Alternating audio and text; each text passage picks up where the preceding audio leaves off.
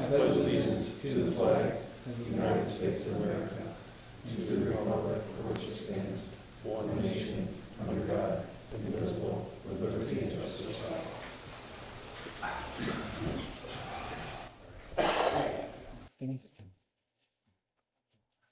Item number 2, approval of minutes from the February 9th, 2026 meeting. I make a motion. Second.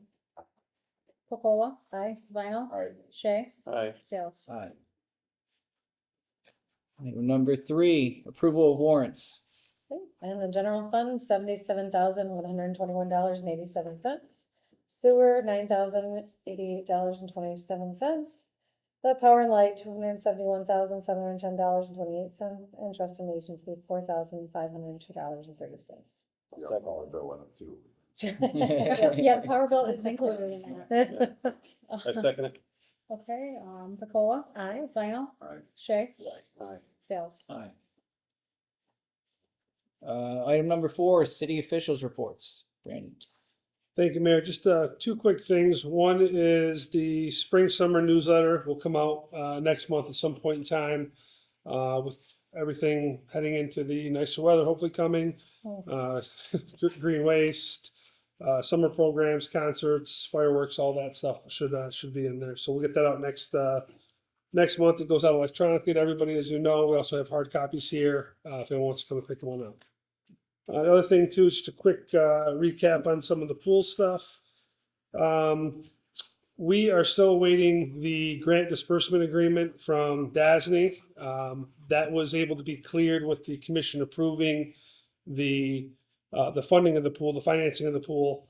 So we're waiting for that to come through. That document will basically govern the project, right? They'll set the rules that our engineers and the city has to follow. That are all tied into the grant application. Again, once that's executed, we'll then go out to what's called a request for qualifications to solicit engineers that want to work on this project with the city. So we can't do anything until that GDA has been executed by the state and submitted to us, and or April 15th. That's the date when you can start working on this. So hopefully sometime between now and then we'll get that request for qualifications out and get that back. I'm able as city manager to release that, but you as a commission have to authorize that. So it's a little different from a request for bid. Once the engineer and firm is selected, we'll go into a design phase. That'll be in accordance with the scope of the grant. Following budget, following the protocol that the state has set up. That'll include the demolition and abatement, bathhouse renovations, new storage facility, pool replacement, construction of a splash pad. Right now, anticipating a initial concept by late summer, early fall. Again, that's a moving target, but that's what we're anticipating. That'll then be reviewed internally with power, light, and water, and sewer, and Adam and Barry, and from a facility standpoint and functionality standpoint. I would recommend that the commission consider appointing Jeremy Roden to meet with us to review that. Jeremy has been very instrumental with the pool committee and myself. He reaches out, asks questions all the time. I know he's sent communications to the pool group. He's also on the planning board. Has common sense and just. I think it would be a great asset. So if that's something you want to do, I would consider, maybe appointing him and asking him if he'd be willing to do that. So following the internal review, the engineers will prepare a refined schematic and a design, within the approved budget, and it meets the grant requirements. This plan will then be presented to the public, at a public meeting for public to see what is being proposed, and for the engineers to answer any questions. After that public presentation, we'll go to final plans and specifications will be completed, and the project will then go off to bid in late 2026, early 2027. Again, kind of a moving target, with construction targeted to begin in 2027. So that means the pool will be out of use in 2027.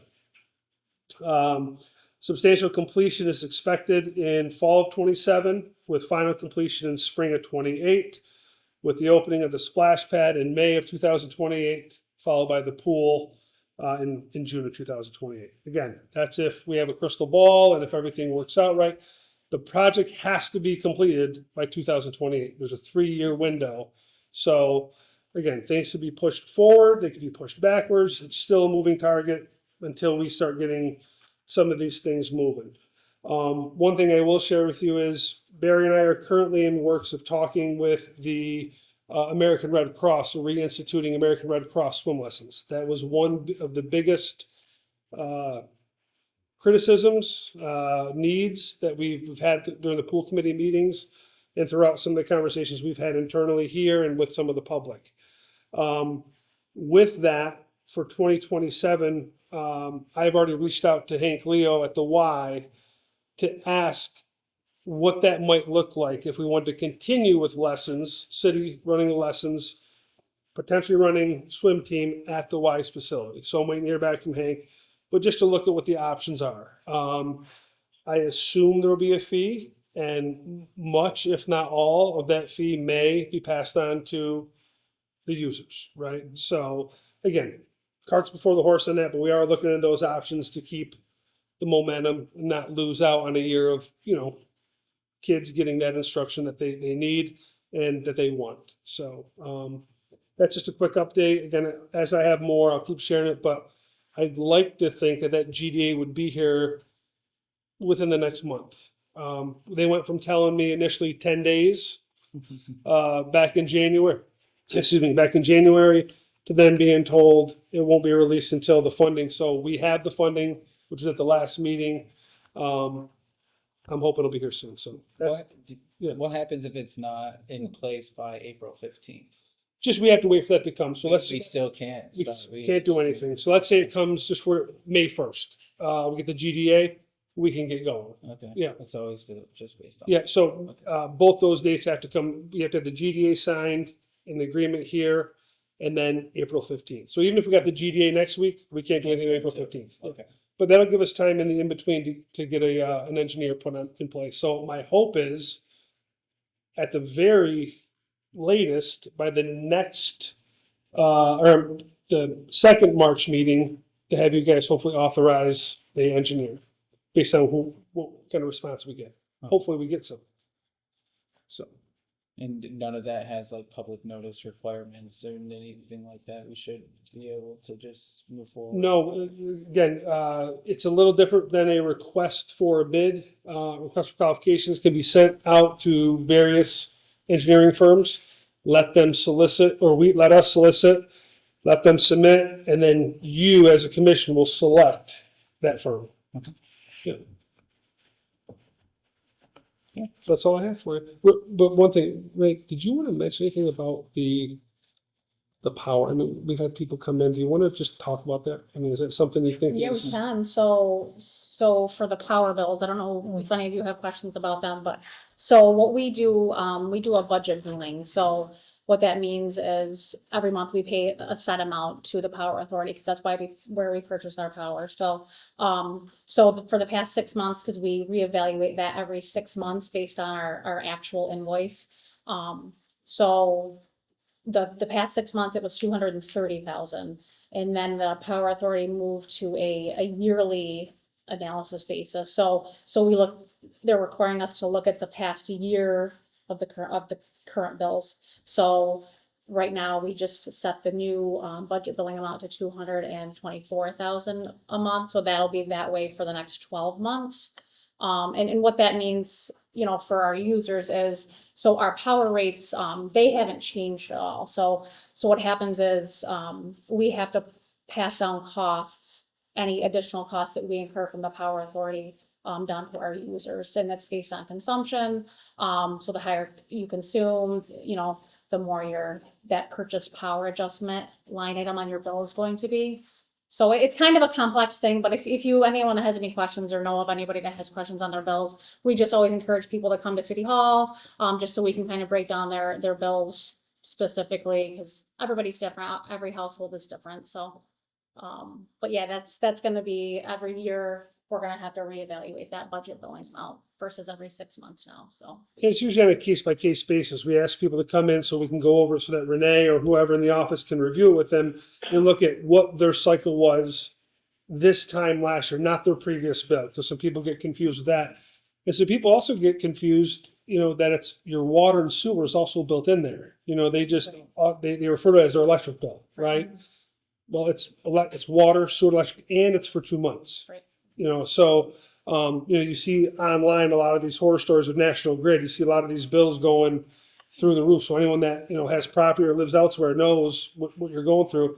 We have not been hit that hard, right? But also our kilowatt per hour rate, and I'm using the residential, is that, correct me if I'm wrong, is 0.0633? 0.059 in some digits, but yeah.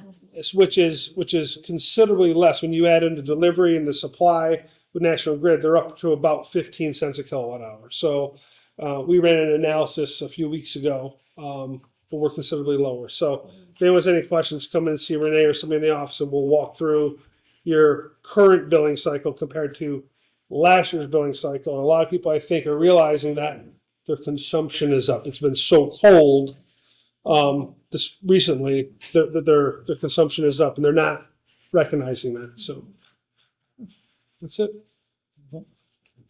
So the only thing I have, I sound like a broken record, but I'm just working on year-end stuff. I'm very busy with that. So like I said, Lenny's coming in, I think it's the 16th of March, it's that Monday. So just been working pretty hard at that stuff. So I'll keep plugging along. Okay.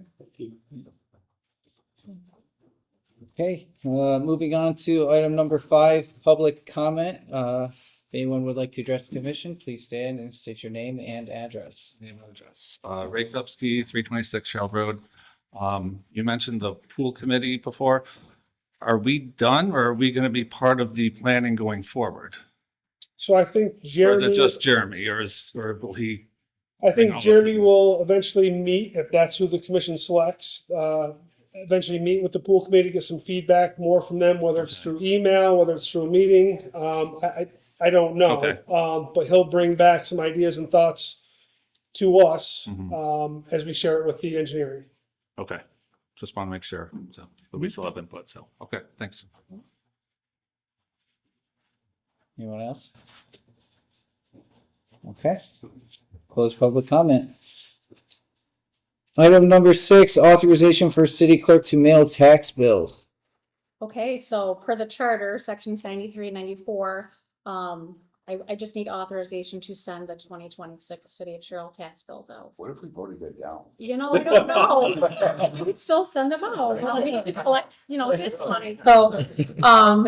So yeah, so just kind of give you a breakdown of the 2026, the tax levy is, $1,069,537.09. That also, in addition to that, re-levied taxes is $11,609.75. Re-levied sewer is $10,544.66, and re-levied water is $15,447.31. I make a motion. I'll second. Okay, Pacola. Aye. Vinyl. Aye. Shay. Aye. Sales.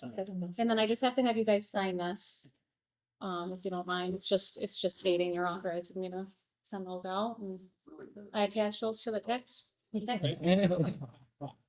I don't know. I still, yeah.